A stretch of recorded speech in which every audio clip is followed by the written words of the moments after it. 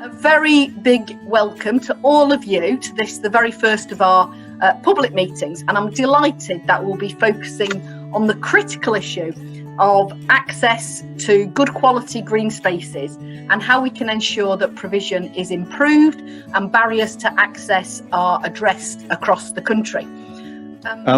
So what are the benefits of green space for health? Well, they are multiple, and this slide just divides those benefits up into four. You can see in the top left we've got the healthy behaviours, physical activity and so on, which is promoted by access to green space.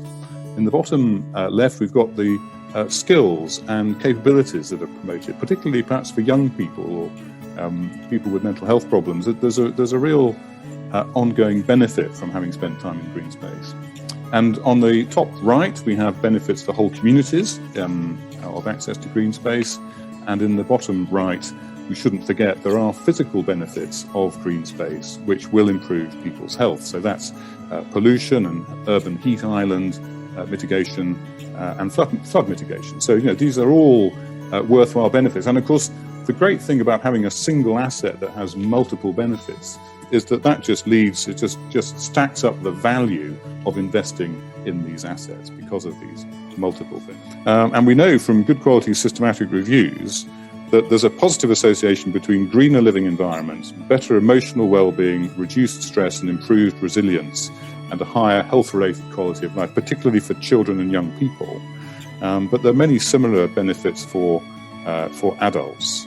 And in particular, we also know for mental health that the beneficial effects are greatest for socioeconomically disadvantaged groups. And inequality in mental health well-being is narrowed in deprived groups that have good access to green space.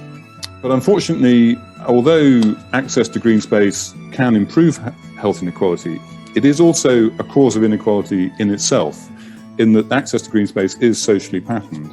I'm just going to talk to you a little bit now just around some of the key learning we've had in response to the question that I was asked, how is Birmingham tackling the issue about improving access to green spaces?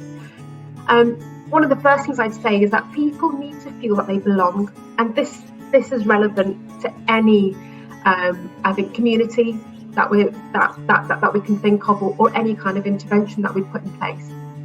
From a parks and green space perspective, people need to see others who look like them engaging in a green space to be able to do it as well. What is it that we're asking for? Why have we come to the APPG? And it's to ask these questions. We absolutely believe that we require a change to the IMD. Until green space and climate change is reflected in this really important index, the impact that it has on health and well-being will always be forgotten. So is this something that the Ministry for Housing and Communities and Local Government will actually see? We're also asking for investment. We require our parks to be maintained properly. I refuse to use the word overuse. I've seen that in the media recently. Parks and green spaces aren't overused. They cannot be overused. They can be under-maintained. And that's what we're seeing at the moment. So all the people that are coming out to use them, I say keep doing that, but we need the paths to be rebuilt. We need the grass to be replanted, and we need nature to be restored there. There's much still to be done to restore all of our parks. And unfortunately, due to cuts in local authority budgets over the last 10 years, we've seen standards decline once again.